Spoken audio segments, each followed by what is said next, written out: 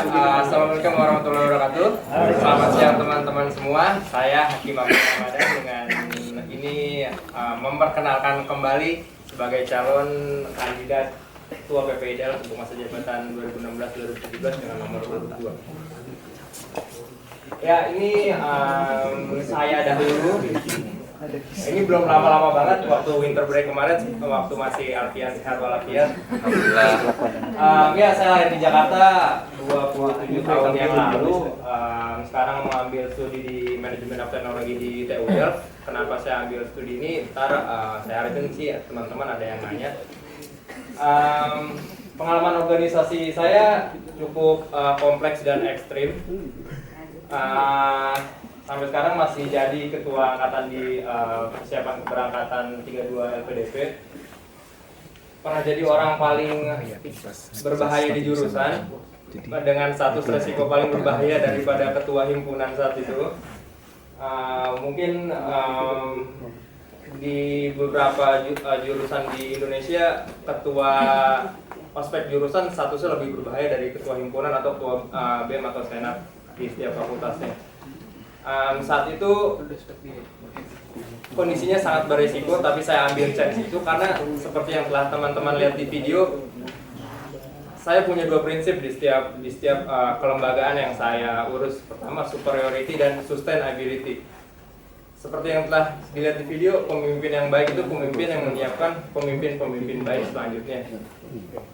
Kurang dari 5 menit mungkin dekan udah gampang banget buat ngerilis surat dropout buat mahasiswanya, salah satunya mungkin saya. Tapi saya pikir waktu itu kondisinya jelasinnya kayak gini. Saat itu saya sedang cemerlang-cemerlangnya di bidang akademis. Ini enggak biasa-biasanya nih, ini enggak biasa-biasanya. Saat itu udah tinggal 2 semester, terus kuliah juga udah tinggal dikit, KP udah selesai, AKP kerja praktek udah selesai. Ya udah tinggal kasarnya ongkang-ongkang kaki, tapi ini jurusan nggak bisa diginiin. Ini junior harus punya masa depan yang lebih atraktif dari saya. Kultural harus terus dijaga.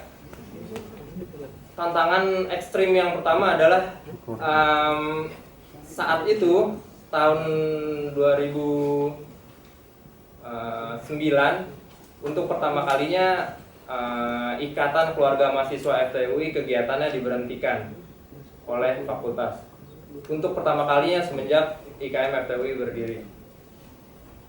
Saat itu semua pesimis teman-teman, itu kondisi ekstrim yang pertama. Saat itu semua pesimis, lu ngapain Plang? Buang-buang waktu, buang-buang energi, lu udah tinggal hidup enak, ngerasain kejayaan akademis lu udah punya pengalaman organisasi yang matang dalam 3 tahun belakangan. Apain lu harus beresiko setinggi itu, dan yang kondisi psikologis masyarakatnya udah pesimis banget ya. Waktu itu saya percaya kalau ini nggak dimulai udah selesai. Ini udah selesai, ya udah IKM FTUI cuma sampai tahun itu aja. Ini udah selesai.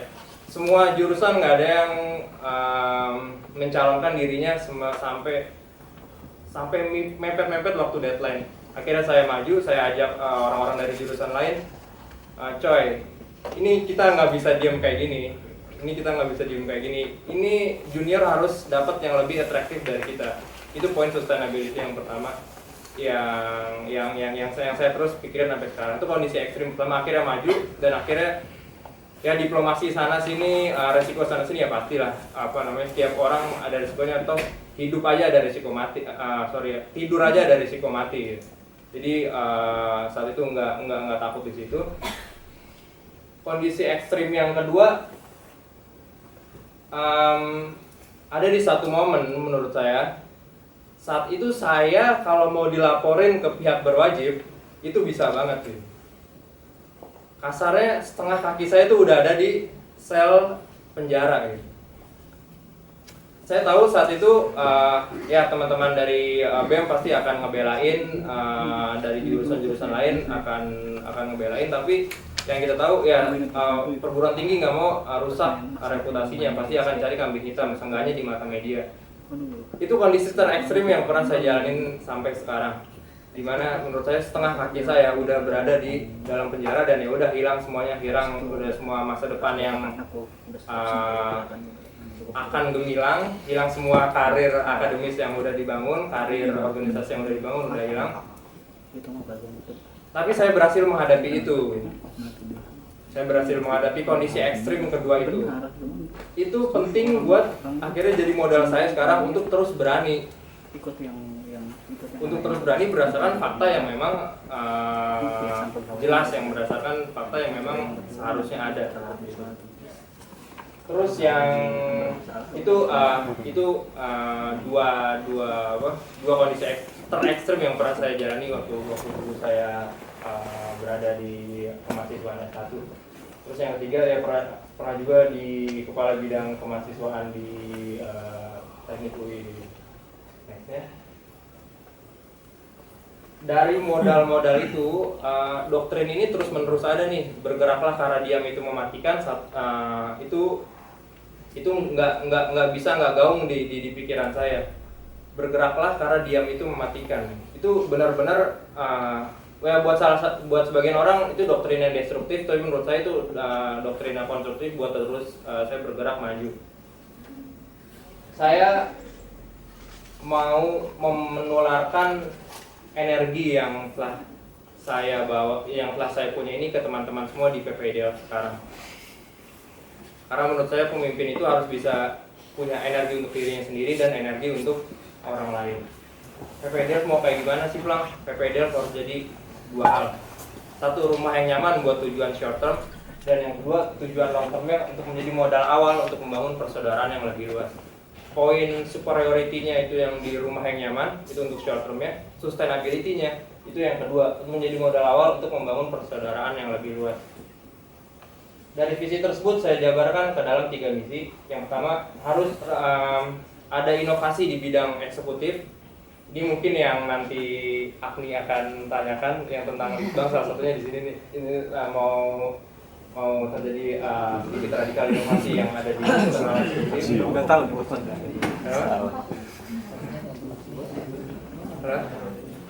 yang menjadikan PPIDL sebagai lembaga yang profesional. Kenapa sih bilang profesional? Kan kita kekeluargaan, jadi apple to apple-nya kayak guru guru TK lagi ngedidik anak TK.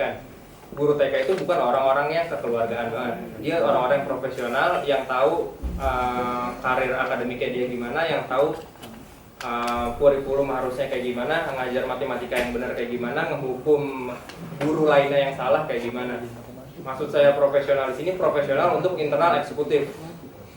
Untuk internal eksekutif, bukan sifat kita yang jadinya main pecat atau reward dan punishment gitu, bukan. Cuman ini untuk internal eksekutif di kepengurusan badan pengurus PPIDL. Yang kedua, menjamin keberlangsungan program pembinaan dan pelayanan anggota, mulai dari dia masih jadi mahasiswa baru di dalam sampai dia jadi senior kayak Heru, kayak Lui, kayak Agni, dan nanti akan dipersiapkan untuk menjadi alumni Undarian. Yang ketiga, ini tujuan long term banget, dari tadi mahasiswa baru, terus udah ada yang mahasiswa existing sekarang, terusnya dia mau jadi alumni, dan 4-5 tahun ke depan saya punya mimpi kalau ada icon-icon baru di Delft selain PPIDL, dan mimpi itu insya Allah segera terwujud. Mimpi itu udah ada yang mau mewujudkan. Seperti itu. Ya, ini seperti yang telah saya bilang tadi, short termnya itu di rumah yang nyaman, long termnya untuk membangun persaudaraan yang lebih luas. Saya kira habis ini langsung penjabaran misi dalam bentuk program kerja. Oke, ini untuk yang pertama ini. Kemarin banyak yang nanyain tentang profesionalitas, terus fungsi litbang tuh gimana sih Bang? Kalau menurut saya karena ada pertama-tama terima kasih komentarnya, Agni, ada Kiki juga masih aktif, terus ya Mas Budi juga kalau nggak salah kemarin masih aktif litbang. Nah, kemarin terjadi perdebatan fungsi litbang nih, karena menurut saya terjadi perbedaan terminologi antara litbang dan research and development. Nah, lead bank di sini adalah fungsi kontrol internal eksekutif, bukan maksudnya research and development untuk pengembangan ilmu pengetahuan dan teknologi. Seperti itu, makanya kemarin terjadi kesimpang siuran. Sekali lagi saya mau clearin di sini, lead bank itu fungsi kontrol dan pengawasan di internal eksekutif, bukan maksudnya adalah fungsi research and development untuk pengembangan ilmu pengetahuan dan teknologi. Ini penting kenapa? Karena ya power cenderung korup, absolute power absolute korup. Saya nggak mau saya nggak terkontrol, dan menurut saya harus ada tambahan di luar badan legislatif, dalam hal ini di internal eksekutif, yang harus menegur saya. Dalam artian sebelum saya ditegur orang lain, harus ada internal yang cerewet, yang ingetin saya, yang kontrol saya. Plang, lu salah, lu terlalu menyimpang kayak gini. Plang, lu nggak berdasarkan fakta, lu harusnya lurus kayak gini, seperti itu. Saya penting banget dikontrol. Itu kenapa saya mau bangun fungsi internal kontrol di eksekutif yang ada di fungsi penelitian dan pengembangan. Yang ketiga, kontrolnya dari mana? Kontrolnya dari badan legislatif yang sekarang ada. Tapi karena saya membedakan kekuasaan legislatif dan eksekutif dengan sangat, saya nggak bisa mencampuri atau mengintervensi kekuasaan legislatif untuk mengawasi eksekutif. Yang kedua, ya ini penjabaran visi dan misi yang kedua. Maba Night ini apa? Maba Night ini momentum di mana mahasiswa baru harus susah bareng sedini mungkin. Karena yang seperti itulah saya siapkan tadi, pembinaan yang saya arrange dari mahasiswa baru sampai ntar Lui udah mau jadi alumni nih lu. Sampai ntar Lui udah sampai di Jakarta terus bergabung dengan alumni muda, seperti itu. Cuman ini semua harus dibangun dari mereka fase awal, fase 1 mereka masih jadi mahasiswa baru. Mereka harus susah bareng sedini mungkin. Momentumnya di mana? Momentumnya adalah pas di meet and greet yang udah pengurusan RU gelar kemarin. Tapi menurut saya di meet and greet kemarin itu dia senang bareng sih. Yang konsep yang saya mau bawa adalah susah bareng. Kenapa? Dari situ angkatan barunya akan punya benefit dengan tahu siapa yang bisa ngelit angkatannya, dan kita sebagai eksekutif bisa tahu juga siapa yang bisa nge-handle beberapa program yang akan kita deliver dalam 1 tahun ke depan. Seperti itu. Itu yang dari pembinaan mahasiswa baru. Terus pelayanan sifatnya, ini mau saya tekanin lagi, hal-hal yang ada di sini sifatnya tambahan dari program kerja yang telah Heru deliver selama 1 tahun ke belakang. Untuk mahasiswa yang sekarang apa nih Plang? Mahasiswa yang sekarang kita mau coba ada pantauan akademis, kita kumpulin soal-soal, kalau bisa provide jawaban, materi-materi kuliah, seperti itu. Kita mau ada nobar champion league bareng, terus dapur umum nih apa? Dapur umum nih, jadi gini, misalnya setiap minggunya ada yang volunteering untuk partisipatif masak. Di Sabtu biasanya kan ada yang Sabtu atau Minggu ada yang SBC atau SBS, terus habis itu mau ada yang olahraga bareng, ntar yang kita akan deliver dan sebagainya. Dan Sabtu ini potensial buat orang males-malesan sih menurut saya. Buat orang nggak mau masak, nggak mau belanja, nggak mau ngapa-ngapain, dan ini menurut saya bisa diambil kesempatan, terutama bisa diambil kesempatan untuk volunteering buat masak bareng. Misalnya Tulus, Plang, di week kedua Maret ini gue mau volunteering masak 1 tempe bacem, kedua tahu goreng kayak gitu. Tolong PPI Delft organize untuk publikasi masakan gue, dan didata nih siapa aja yang akan mesen. Ntar sharing profit ya 11-12 lah kayak gitu, kalau enggak 12-13 kayak gitu. Tapi intinya satu partisipatif.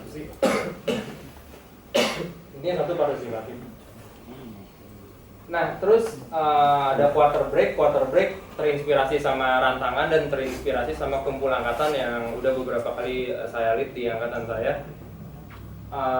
Tapi dengan diskusi beberapa kali dari teman-teman IHE, dari teman-teman TUD dan senior, ada tantangan dalam sinkronisasi waktu. Senior saya juga provide yang pertama wisudaan. Ntar niatnya sih mau undang pihak dari KBRI, jadi kita bikin yang formal antara gua pakai jas seperti gitu kan enak ya enak lah di foto. Begitu wisudaan ini untuk jadi jembatan eksekutif untuk ngebangun hubungan dengan existing alumni yang ada sekarang seperti itu. Nah kalau gua udah sampai Jakarta gimana nih Plan? Kalau gua udah sampai Jakarta, saya minta tolong dong buat dalam waktu 1 tahun ke depan ada agenda kultural, bukan agenda struktural, ada agenda kultural yang jadi beban moral lu untuk lu lakuin. Lah ngapain Plan? Saya mau teman-teman alumni yang nanti baru lulus buat kumpul-kumpul atau annual meeting bareng, baik itu dari TU-Delft maupun IAE di ya tempatnya entah itu di Kedubes atau cari tempat yang lebih universal sih seperti itu. Soalnya makin kesini kan makin ya seperti yang tadi udah Renard bilang akan makin banyak jumlah mahasiswanya, dan menurut saya kalau masih tergabung di Ikanet belum terlalu fokus sih. Oleh karena itu saya minta tugas secara kultural kepada teman-teman alumni baru untuk menginisiasi program tersebut. Nah ini yang jadi cita-cita long term saya selain pembentukan alumni itu badan semi otonom. Ngimpi lu Plang? Enggak, ini saya nggak ngimpi. Ketuanya insya Allah udah ada. Saya kalau bikin apa-apa biasanya sih konkret, jadi nggak ngomong liar tanpa tahu tar ke depannya kayak gimana. Pembentukan badan semi otonom ini apa sih? Oke, 6 tahun pertama mahasiswa baru datang. Ini saya coba track pembinaan yang tadi. 6 bulan pertama mahasiswa baru datang, dia tahu kapan dia kumpul-kumpul. Dia akan senang banget kumpul-kumpul bareng-bareng ketawa TV, quote-unquote jelas, walaupun jelas atau nggak jelas. Cuman makin kesini saya lihat kebutuhan untuk nambah soft skill-nya tuh ada gitu. Dan saya ingin membentuk badan semi otonom yang berbasis peminatan atau berbasis skill yang teman-teman punya. Kenapa semi, kenapa otonom? Karena saat ini saya lihat nggak ada badan otonom atau badan semi otonom yang ternaung di eksekutif.